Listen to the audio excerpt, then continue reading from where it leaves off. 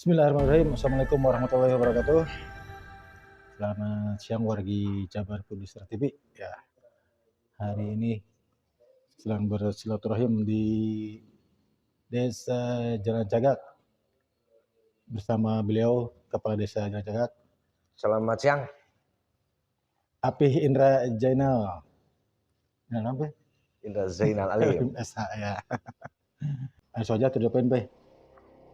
Ini terkait perkembangan kasus Jalan Cagak nih, yang pembunuhan yang mungkin hampir 2 tahun lalu tiba-tiba beberapa hari kemarin ada salah satu warga yang menyerahkan diri. Padahal kan biasanya setelah kejadian dulu kan sering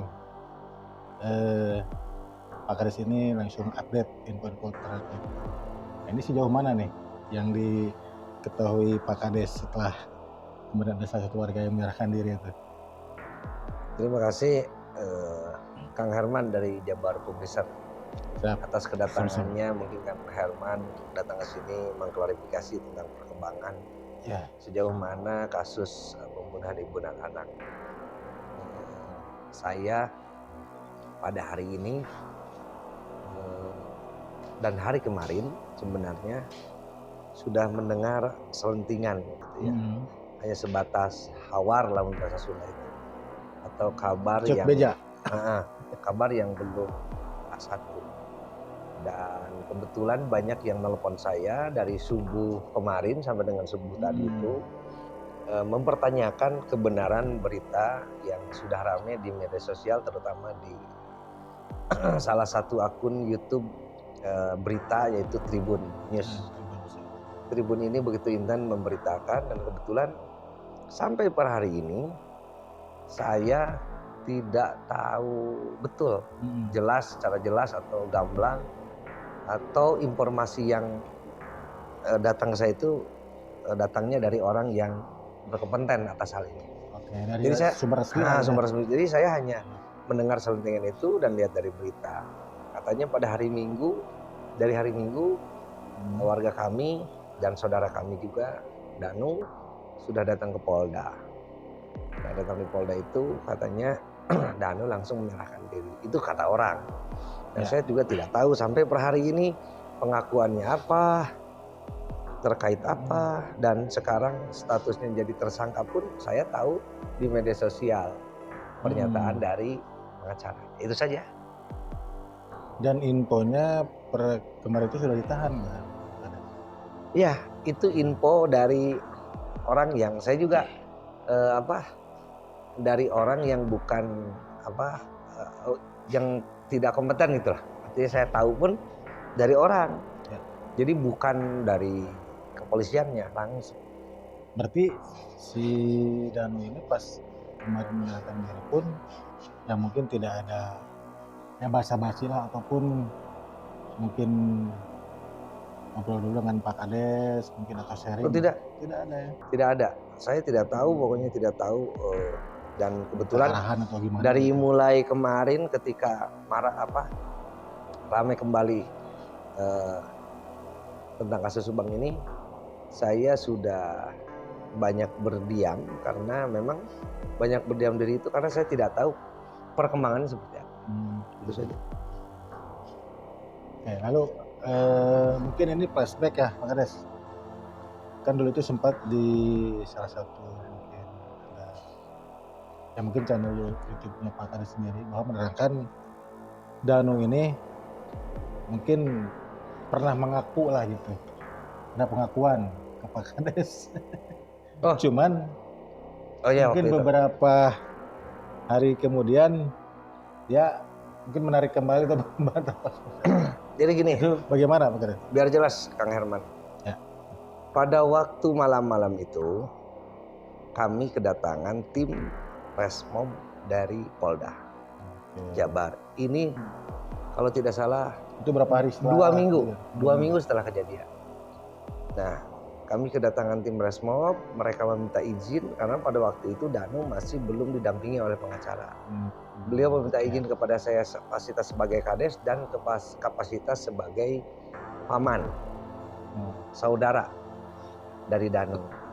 Mereka minta izin untuk memeriksa secara intensif Danu, artinya hanya mengobrol lah. Mengobrol sambil artinya mengorek keterangan lah dari Danu.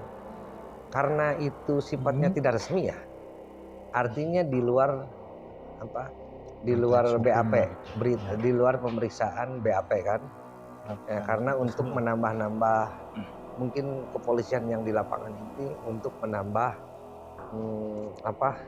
petunjuk di lapangan. Nah, mereka minta izin karena memang ini konteksnya di luar, ya, di luar pemeriksaan.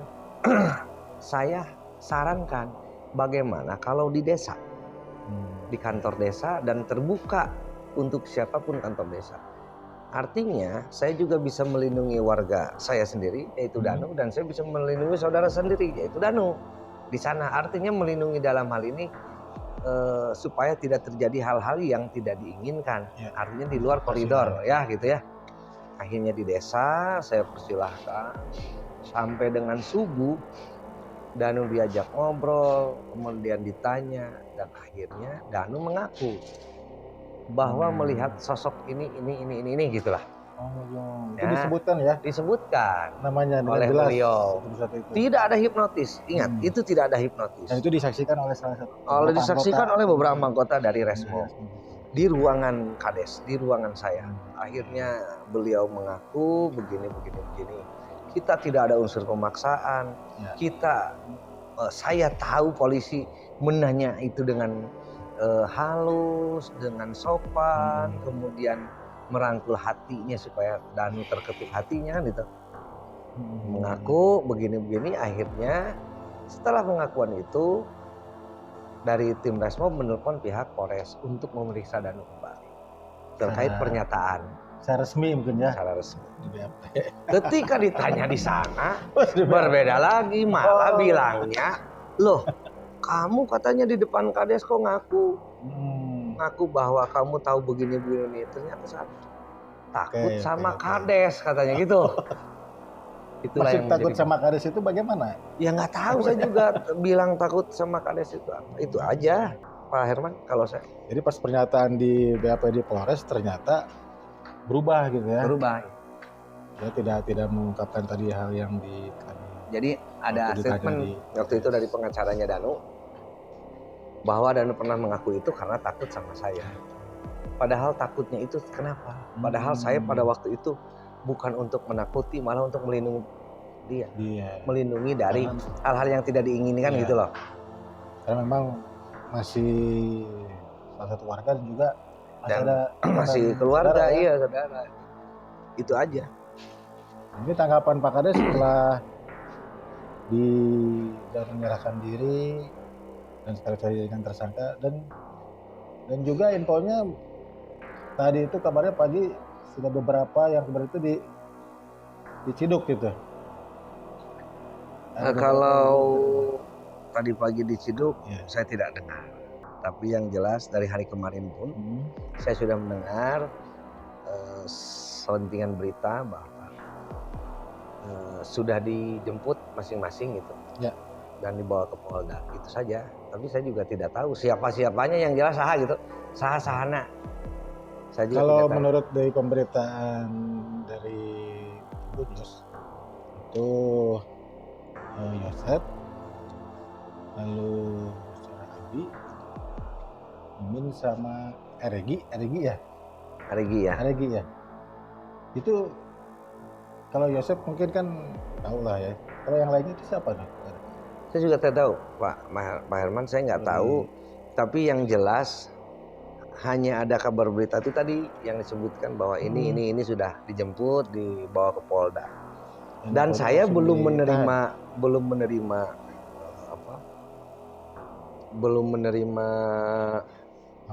laporan secara resmi bahwa ini sudah dan warga. Tapi tadi ada RT kami yang melaporkan ke desa bahwa memang benar Danu itu sudah ada di Polda. Gitu.